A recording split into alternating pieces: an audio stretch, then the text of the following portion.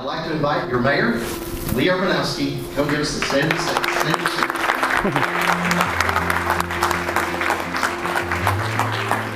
Oh, great. Thank you, John.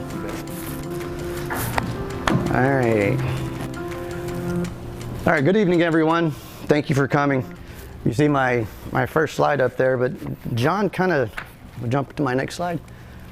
John kind of took most of my talking points off of my second slide here. So you heard my history a little bit, but this is my first State of the City address. And so in doing so, I wanted to kind of talk about myself just a little bit, just kind of background of where I came from. Like John said, I grew up in a very small town in Milano, it's called Milano, Texas. Only 428 people, and still about 428 people. So too many jokes about small town stuff. I did come to Buda in 2000, and I did go to Twin Oaks Ranch Camp late in 1980s for 4 years. And that was way back when Onion Creek had water running in it, and there was a gap between Austin and Buda. So you left Austin to get to Buda, there was some green space, which is now all gone. Introduce my wife. My wife is here with us. This is when everybody looks at her and she gets mad at me. But Amy is the first grade teacher from Buda Elementary. She was in the SPED department at Elm Grove, and now she is the newest fourth grade teacher at Elm Grove.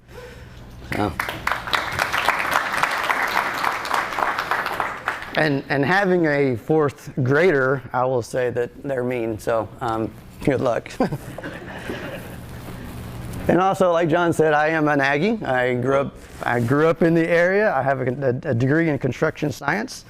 And if I ever get some free time, I will go back and finish my master's degree at Texas State.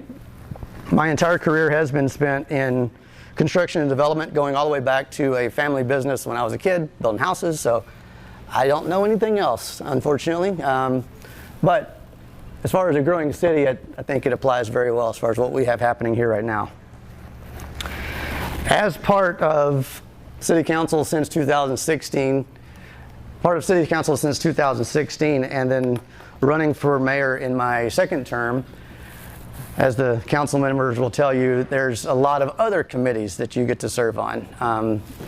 Most of them are once or twice a month, but I was mayor pro tem, I was on the economic development board, IT steering committee, wastewater committee, 2 different school bond committees for HCISD.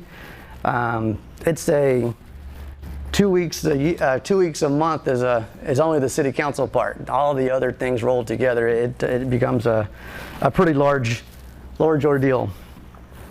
And just for the record, I look at public speaking very similar to golf and karaoke. I'm not really good at either one of them, and just putting that out there up front, just here we go. On the city council, I get the opportunity to serve with these fine people. Evan and Paul joined, like I was on in 2016. Evan and Paul joined in 2017. Ray joined in 2018, Terry in 2019, and last year Monica and Matt both joined in 2020. I think as intended and as expected, we're a very diverse group. We all have day jobs. We all have to pay bills. We all have kids in different variations, but we, I believe, represent the city of Buda very well. Just looking back one step, back in June of the summer, we were down to 125 active cases in the whole county of Hays. The whole county had 125 active cases. And since then, that number has jumped back to almost 2,000 active cases in Hays County. Something to be very mindful of. And Buda now has 423 active cases. Slide was made, I think, on Friday, but the county now sends me a report every single day, Monday through Friday. So we went from doing Mondays, Wednesdays, Fridays to now we get a report every single day to see what changes have happened. And another little tidbit that I got yesterday was there's 52 people in the hospital today, right now. And of those 52 people, 44 of them are vaccinated and 44 are not vaccinated and 8 are vaccinated. So we've made some steps in the right direction. And if you watch the reports every day, like I've grown to do, the number of vaccines are going up across the state. That's been ticking up recently, which I think is a good thing. But it's certainly a real thing that we have to deal with and address across the city. A little bit more on this slide as far as the impact on local businesses and the lockdowns. So I'll get onto the sales tax and some other things down the road a little bit, but Hays County saw the unemployment record go to 12.8%. That was last April. Since then, the overall unemployment numbers have improved to 4.3%, which sounds good, but you look back, we were at 2.9 before COVID started. So the county was well below the state average. We were well below any national numbers. We were in a very fast, hot area leading up to COVID, and as a result, we've rebounded very strong, and I'll show you that in the numbers later. But going from 12 to 4 is great, but realize that we were below 3 before that is pretty telling. So part of COVID, and this is what I have in my notes here, story time. But so I guess it was about a year ago, maybe a year and a half ago, I got a question from somebody, it was a friend of mine, and they always ask, what's your proudest moment? What do you feel was the single best thing that you've done? And I have always said taxes. Taxes. We are the lowest tax rate of any full service city in our area, and I take great pride in using the tax dollars as judiciously as we can. But install here COVID and the still beautiful stimulus program. So like I said, on March 16th, we had our first COVID case. On April 6th, and I was actually on the EDC at that point, but me and Jennifer and Tracy, we started talking about, hey, part of our name, part of our whole goal is business retention. What can we do? What needs to be done? And with Kenneth Williams' help, EDC passed a resolution on the 6th, and the city of Buda passed a resolution on the council on April 7th, and the Still Beautiful stimulus program was born. Phase 1 was $485,000, so that was, again, scraping money together from budgets that we hoped that we weren't going to use that year, and putting together a grant program, and doing a hotel program, and passing out money, doing it in $5,000 pockets to local businesses to help them pay their bills, utilities, payroll, whatever they needed. And then if you fast forward just a few months later, phase 2 came and pulls the grand total up to $850,000 that the Buda Economic Development and the city of Buda passed out to our local economy. And it shows on there that was over 120 plus businesses. So that's my new proudest item that we did. And we were recognized across the state, and other cities and other people came and talked to Tracy and talked to Kenneth about, how'd you do it? And again, that's us giving back. That was seeing the need and stepping up and giving back. So moving down a little bit on that same slide here, lessons learned. So I think we're seeing some of it in our housing market and some other things, but I still believe that the shift from shifting to virtual meetings, shifting to all the things that we're learning fast what we can do not in collaborative workspaces. And if back in my past history and jobs and things I've done, it was always about collaborative workspace. Everybody wanted cubicles and low cubicles so you could talk to your counterparts next door. You had open space so you could have tables that people come together and have conversations and try to resolve issues. Well, COVID has changed that, but it also has taught us that we can do things in separate places. And I think that you're going to see more people leaving the big cities and moving to the suburbs outside the big cities, because we can do that. And so I think that's going to be a continuing shift. Is we don't need the big office spaces downtown anymore. You can have smaller offices in these remote locations and away from town. And just another question, I hope, ask if anybody bought stock in Zoom over the last year. So that would have been a good idea. So a little bit more onto the response. So during the whole COVID thing, the city City's been working behind the scenes from the very beginning. We worked with the county health department to set up testing through Curative, and then also our individual testing through CVS at the library. And then now we have set up vaccines, and I think we have another vaccine location coming to Garlic Creek on Sunday. So we are pushing, doing our part anyway, sponsoring things like this, but then also educating as much as we can the HEBs and the Walmarts and the CVSs and all the places that are available across the whole county. As a result of COVID, we have the American Rescue Plan. Buda expects to get $4.2 million out of this. It will come in 2 different waves, and it's to cover water, wastewater infrastructure, broadband studies, and COVID response.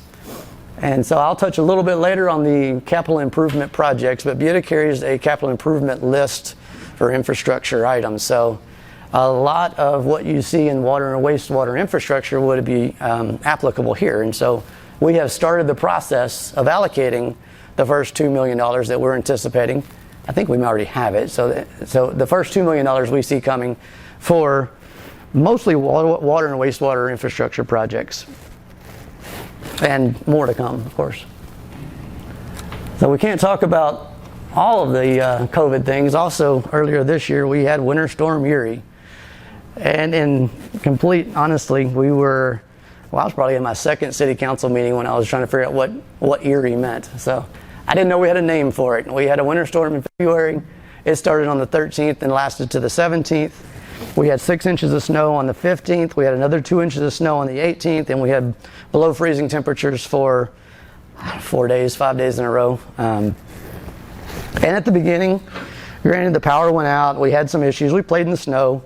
Nobody had sleds. We're in Texas, so nobody had sleds, but we were sliding on cardboard boxes and trash can lids and every beach toy we had in my shed. So, and then the reality set in as far as the power outages, the water shortages, what we had to do at Creekside Villas. First responders, city staff, and the entire community came together.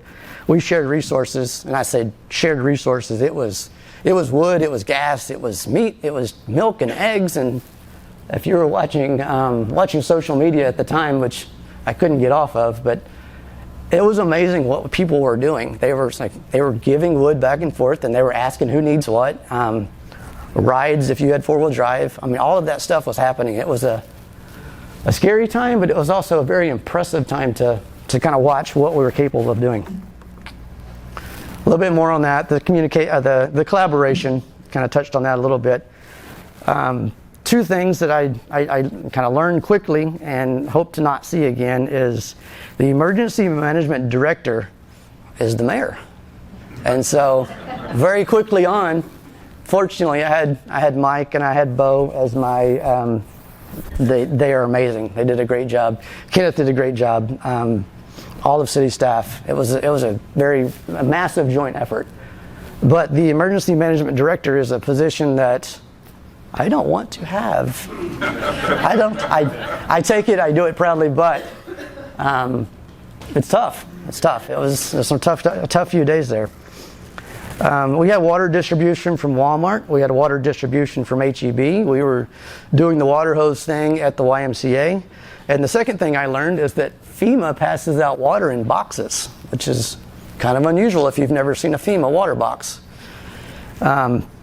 Fast forward a little bit farther, we had the VFW, the Central Texas Military Vets, Tito's Grilling Team, the Chamber of Commerce here, and the Gary Sinise Foundation. They put together a phenomenal meal program, cooking, barbecuing, grilling, some in City Park, some over at the VFW. But I believe over about a 10-day period, we made 30,000 meals and gave all of them away. So as far as things that we did well, again, very impressed with how we responded to that need at that time. And just a little happy meme here. So I had the meme, and then I think Lissa put it on our water tower. But that's the barbecue benefit we did. The chamber did. The VFW did. I did deliver some water, but as far as it was a joint effort of an amazing event that we came together and did. Something else that we did learn out of the Winter Storm Uri is that we are very fortunate to have the water wells that we have in the city of Buda. We do get some of our water from GBRA. We do get some of our resources from other areas, but we weathered the storm from the water side better than anybody else I know in this area. And we were pushing water from the east to the west. And if you know our system, it's east to west is divided on Onion Creek. But if you can imagine, that water tower on about February 15th was empty. That water tower is being fed by GBRA, and so we were pushing water from the far west side to put water in that water tower to keep Sequoia and all the neighborhoods around that area with water. So we're very fortunate to have the water supplies that we have. Something we learned quickly is if you lose power and the water stops moving, it freezes. And so part of our budget that we put together for this year, we're buying generators, we're doing things to harden our wells to try to do what we can for hopefully an event that never happens again. And also finding the right point of contacts. I know me and Kent were on the phone a whole bunch of times talking to PEC, trying to tell them where the dead spots were, because they had rolling outages from above them, but then they also had broken pipes or broken power lines, and they were fighting their own outages in the local areas too. So just trying to keep them abreast of what was going on. And at the same time, the city of Buda set up a call bank, and people like Lissa and some other people were answering those phone calls. And I'll tell you, nobody called to say, great job. It was calling to, I haven't had power in 30 hours and it's 32 degrees in my house. I mean, a lot of those happen. So, all right, moving to something a little more positive. So, growth spurs new development. So new development, and I'm going to give some credit to Tracy here. I asked for some information on Friday, and I said, you got 4 slides. And I did hold it down to 4 slides, but she gave me enough information for 10 or 15 slides. I could do this whole presentation just about development in Buda, what's happening. What you see up there is what was Exeter 1 whenever it was built, and now it is the 300,000 square foot fulfillment center for Amazon. We have Exeter 2, which sits next to that, which is coming online. We have Ditch Witch and John Deere that are under construction now. Many other things coming, and I'll touch on a few more of them, but our geographic location, 3 miles from Austin, less than an hour from San Antonio, San Marcos growing, Kyle growing. I've heard us being referred to as the last mile, which if you're distributing things to Austin, to the Austin market, we are right there, perfect proximity. So I-35 and SH-45, all of them are going to be feeding and pushing the development here if we, ready or not, they're coming. Some other things that we've had open recently, the Shops in Maine opened before, this past year, but now it is almost full. Some of the names you see on there, Bahama Bucks, Club Pilates, Kid Tooth Team, Shipley's Donuts, Great American Cookie. That has been a success. It has filled up well. We have Carpenter Hill Office Complex coming online, and there's at least 2 other ones that, not sure if they're public yet, but there are other ones coming as far as similar little retail shops that are coming to our area as a result of the success of what's happened at Shops in Maine. Oh, too far. A little bit on the restaurants. So Popeyes is opened across on I-35. We have Valentina's Tex-Mex. We have Louis Barbecue. Mudbugs has expanded. The owners of Hayes City Store will be opening a restaurant called Taste coming soon. Nighthawk Foods has expanded. I think in the city of Kyle's address, Travis said that we're winning the restaurant game right now. So I was hoping they'd be here. I have a few things for them, but a little bit more on development. Like I said, I have a lot of information that we could talk about development for a long time, but we have a groundbreaking that happened on just a couple weeks ago here for the what's called Buda Midway building. So Buda Midway across the board, when it's all built out, will be almost 1 million square feet. This is Class A industrial space. Getting into that game, because like I said, the last mile in our proximity to Austin and the other areas around here, it's inherent. And then most recently in the Hayes Free Press, over 40 Buda businesses have been recognized as the best of North Hayes County. I promise this is the last one. Development highlights. So talking a little bit about Buda and what we're doing. Buda over the last few years has been averaging 88 permits per year, and that's not including single family houses and just general building permits. That's developments, that's more plats, that's the front end stuff more than it is the actual individual buildings. As of right now, I think we have over 50 in our queue already going, so we will pass that 88 number coming forward. And over the last I don't know, about 6 months, we've been working on a development audit. We're trying to compare ourselves to the other areas and see how long it takes to get permits in the other areas and make sure we're competitive and we're not losing anything from our process issues. And in our current draft budget, if you look at the 5 people I said are coming, almost all of them are in the development department. So we are focused on that and pushing that as hard and fast as we can. And we also have some outside resources coming in. So regional collaboration. So I kind of talked about this way back, and since I've been, I guess, on council in 2016, as you can't talk about development in Buda without talking about what our regional partners are doing for us also. Starting with Hayes County, and I didn't know if Mark had come or not, but the 2001 realignment, we broke ground on that, and it's happening right now, which is going to significantly fix the 2001 going over to 21. Our east thoroughfare over there will be a much safer place. That is probably our single biggest intersection, our single biggest accident intersection. We have more wrecks there than anywhere else that I know of. Hayes CISD, jumping ahead of myself.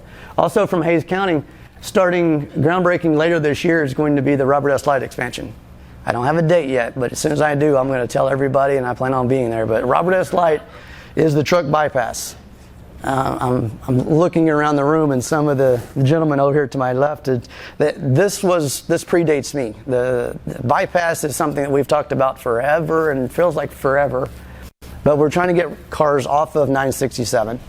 That road is crowded. SH45 dumps more people onto it, and with the bypass, we funnel people to the other side, and further south. They go Robert S. Light all the way out to 35, get northbound once you get out there. But according to Mark Jones, that's going to take somewhere between 50 and 60% of the cars off of 967. Which, if you've ever sailed 967 in the afternoon, you see that it backs up from downtown, way past Creekside, every afternoon during the week.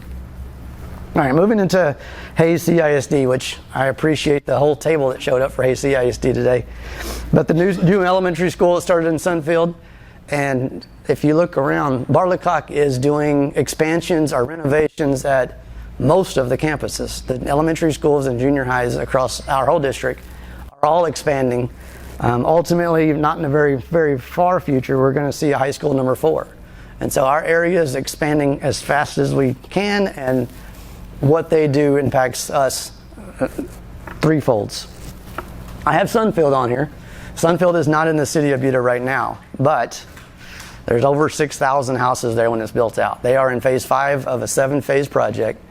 Ultimately, it may become part of the city of Buda. That's negotiations down the road, but those people do shop in our businesses. They do eat at our restaurants, drive on our roads, and what happens in Sunfield absolutely impacts the city of Buda. And a lot of our large development, the Exeter building is a good example that is in the area of Sunfield. So, City of Kyle, and again, I didn't know if Travis was going to be able to make it here, but they are building the world in Kyle. So if you look at, I think they call it Dry River or something, it's where Evo is and where Costco is going. So they have Costco coming to Kyle over the next, I think it's the next 18 months is what they're trying to get that opened. But congratulations to them for Costco. I'm hoping like everybody else, I drive to Costco in South Austin now, and so you can imagine the people in Manchac will drive through Buda to get to Costco, and maybe they'll stop at our restaurants and have lunch, because going to Costco hungry is a bad idea. And then touching a little bit on South Austin, our JR calls it North Buda. I have Tesla on here just because if you drive on SH30, if you drive on the toll road around Austin, that is a phenomenal project. It is amazing what they have done over the time period they've done. Granted, I'm in construction, but wow, they had 30 cranes standing at one point over there, and they work 24 hours a day, and they've done it for going on 9 months now. And that's only phase one. What you see going there today is phase one. They're buying property across the street, and they're buying property up and down SH30. We, being only about 12 miles, 10 miles from there, are going to see the impact of that. If that's housing, if that's being the last mile, it's going to be a lot of things. That's going to change our area. So I felt like I had to put that on my slide. Buda residential. So you can see by the numbers up on the top, housing trend from 2018, 2019, 2020, 2021, and I'm saying that is misleading because we have one active residential development in the city of Buda right now. Carpenter Hill is the only one that's actually selling. I have talked to a few other ones recently. We have a large one coming online later this year, but we have one active community right now happening, so that's, and one townhome project going. So that does kind of hold back our residential permits for the city of Buda. I got here that there's over 6. There's 6 more in the works. The Colony at Cold Springs breaking ground later this year. And I've said this in several presentations now that there's literally not a piece of dirt where somebody's not planning something. It's either a residential or a commercial development. It's happening across the entire city. And I talk a little bit about limited space. I mean, we are bookended as far as what we have space in real estate to go to. And Elon Musk, and I don't follow Elon Musk on Twitter, but I did think this one was kind of interesting. But on April 5th, he put on his Twitter feed to over 50 million followers, he said, urgent need to build more housing in greater Austin area. Well, we are in the greater Austin area, so I wish he wouldn't have done that, but he's bringing them, so it's coming. A little more details on residents. So the average sales price, list price, has gone up 30% since last year. And that, I got that information from Realtor.com and Realty.com, and I believe that has actually increased since then. So houses are only lasting days on the market, and they're all, everything I've ever heard of and read of recently, are going over list price. And I had lunch with a realtor friend of mine just the other day, and he was telling me that he thinks that the average sales price is more, it says $189 for our zip code, but he's saying Buda is probably closer to $250 a square foot is what the city of Buda is seeing as far as house pricing. And I don't disagree or doubt that because they're selling 2,500 square foot homes for $600,000 just right now.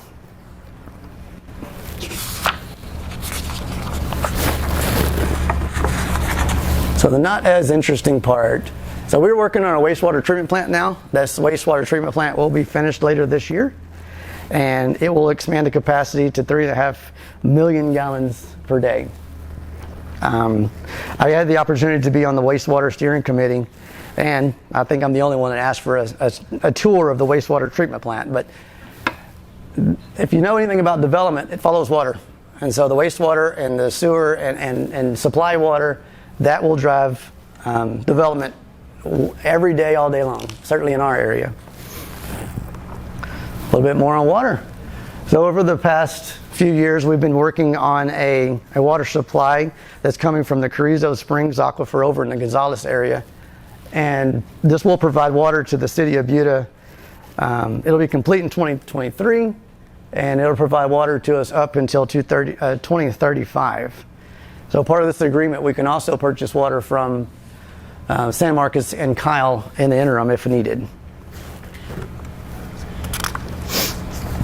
One other thing we've worked on recently is after some long negotiations, we have agreed with Texas Disposal Systems to continue our relationship for another 5 years. We've expanded our service offerings, and I feel we've made a good deal with the TDS, and they are a very strong regional player in the area, and I am proud of what we've got accomplished out of this. So we can't talk about everything without looking at 2014 bond. So we have two areas still in the 2014 bond. One is just down the road. This is Project Area A. This is conveying water from just across the street down past, or down near the fire station and under 2770. That's what's happening right now. It was delayed from some land acquisitions and some other things, but it is happening now. And I have a train on my picture. I'll tell you why in a minute. But this is Project 1B. This is the area that feeds from Goforth, from downtown Buda into A, conveys across 2770 and down to Onion Creek ultimately. But anybody who has negotiated with and tried to work with the railroad, your schedule's not long enough. we have been, it's been a very long and slow process, but we are now to the point and hope to have this under construction early next year. Just around town a little bit, capital improvements. We've added Musco lights at the sports complex. We have a new playground and shade structure at Bradfield. The sports courts and playground improvements Summer Pointe are now open, is what I heard this morning. So all of that stuff is happening, and these were joint ventures with the City Parks Capital Fund and the EDC.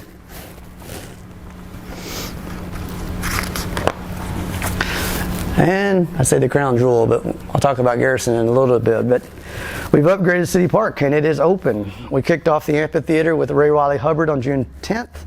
We had Sasuzical, the musical there. We had annual Juneteenth celebration. We did the movies in the park and multiple other concerts.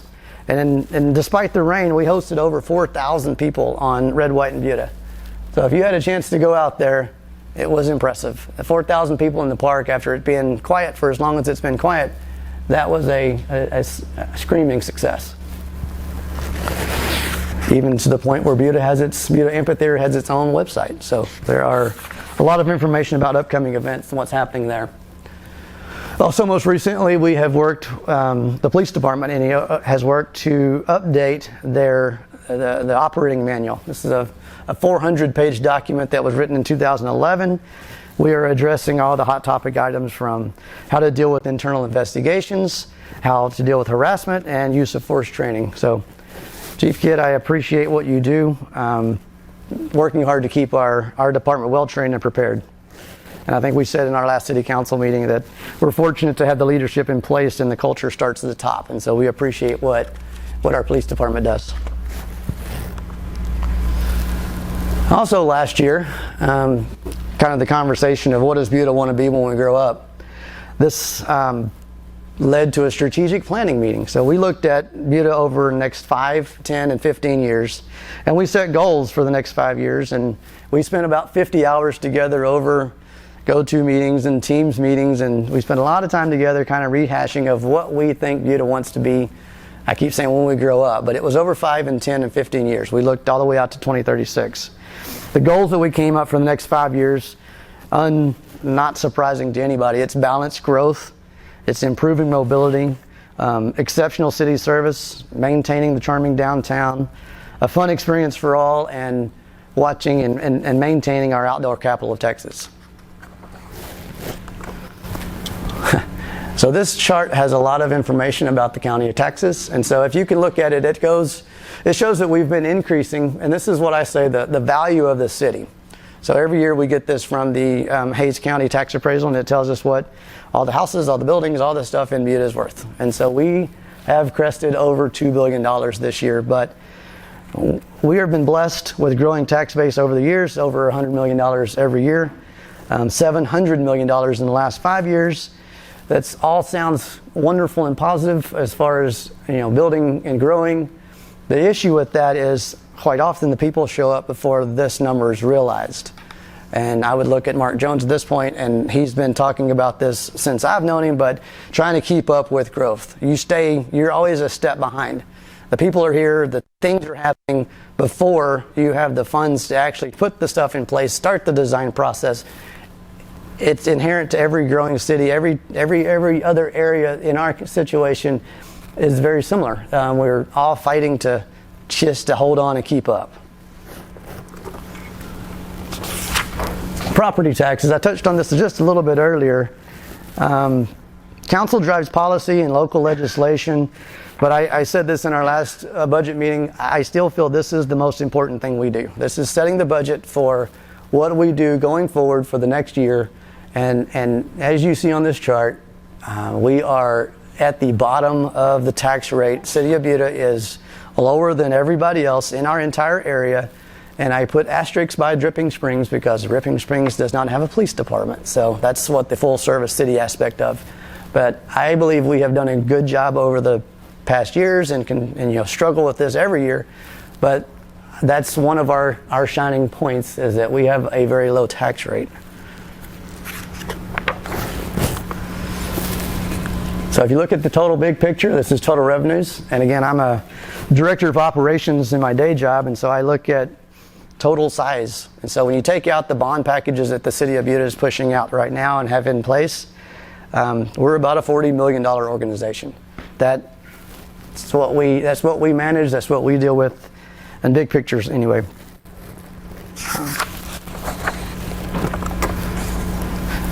So part of that is the general fund. The general fund pays for almost everything you see. That's the police department, that's the staff, that's everything but water and sewer, but I'll touch on where that all goes. But if you'll look at the chart, we are at 60% is sales tax and only 13% comes from property tax. I think anybody on the street would have thought that was not the case, but sales tax is 60% of our total revenue that we spend, which has some concerns because we are more susceptible to a 2009, 2010 economic downturn. If something changes like that again, when people stop spending money, it will affect us drastically because we're at 60% of our dollars come from sales tax. And I showed this chart just because it's awfully colorful and it shows a whole lot of little slices of the pie, but this is where the general fund goes. The police department you see is the biggest part, streets and drainage is the second biggest part, but this is something that Kenneth and finance staff does every year, is find ways to keep all of those pie charts full as it can be. Everybody equally frustrated at the end of the day, but it's a hard battle that we do every single year. So, sales tax revenue. Ooh. So this is another thing, and since I'm at the Chamber of Commerce, I figured I had to show this. This is a sales tax revenue chart from every year from 2019, 2020, and 2021. And it is set up 2 months in arrears. And so you see, if you look at the red line, that is last year. And if you see one time in June, that was 2 months before, was April. So the April sales tax of last year was when COVID was kicking off, everybody was locked down, everybody was at home. That is the first year, or the first month, that I could find for decades that we actually came down from where we were the previous year in the same month. So you can see that it did dip down below the 2019 level, but then in the next month it went back up over the 2019 level. And so we did finish 2020 ahead of the 2019, which again, it's not the norm across the whole nation. And the second thing on this chart that I think is interesting is you see the big spike in May from 2020, or 2021, that's for this year in May, which corresponds with the Winter Storm Uri. So everybody stayed home in February. They came out shopping in March, which shows up on my chart in May. And that was our first and only $1 million month that the City of Buda has ever seen as far as sales tax revenues.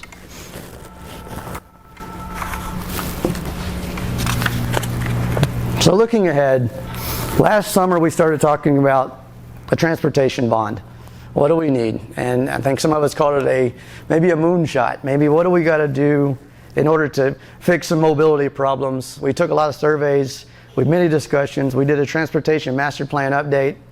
And you can see this is the bond package that will be finalized on Thursday night and will be issued on next Tuesday on our city council meeting. And so, according to my attorney, I can still advocate for it up until Thursday. And I am only saying that partially tongue-in-cheek because I kind of think I came up with the idea of we need a bond. We need some transportation fixes across the whole city And if you look at the top of the chart there, number A and B are both large road improvements to add to the east-west mobility. The rest of these items on the list are smaller roads, smaller projects, and problem areas. But Old Black Colony and West Goforth, both of those add to the east-west mobility across the city.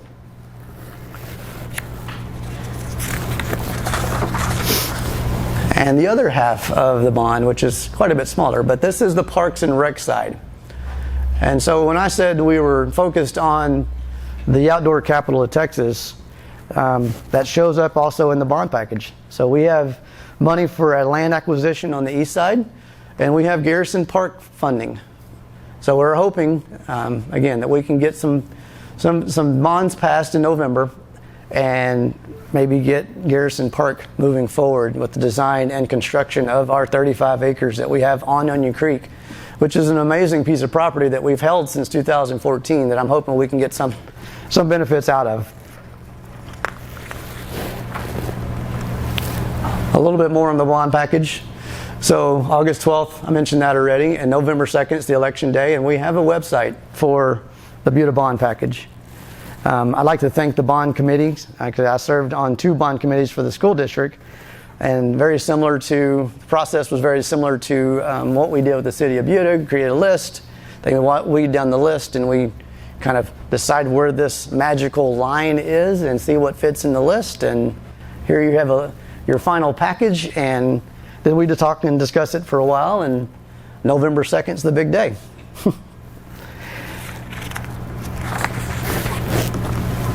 All right, JR, I'm wrapping this up. This is my last slide, promise.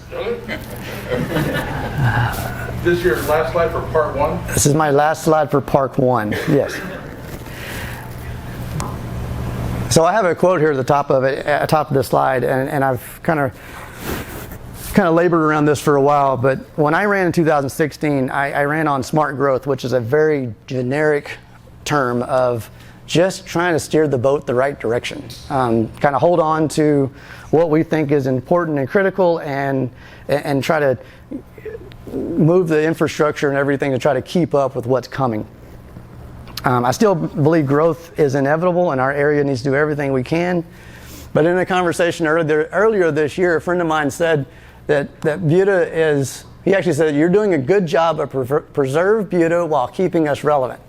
I don't believe I deserve any accolades for that, but I was caught off by that statement, and I think it's all encompassing, even farther than just saying smart growth.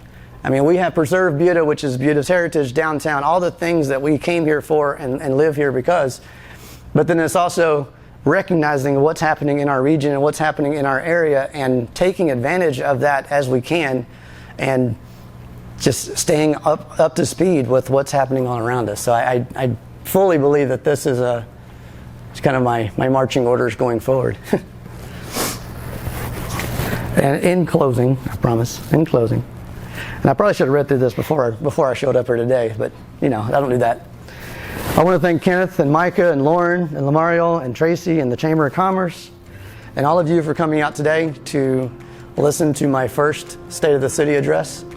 I'm proud of where we've been. I am happy about where we are, and I am looking forward to what's coming in the future.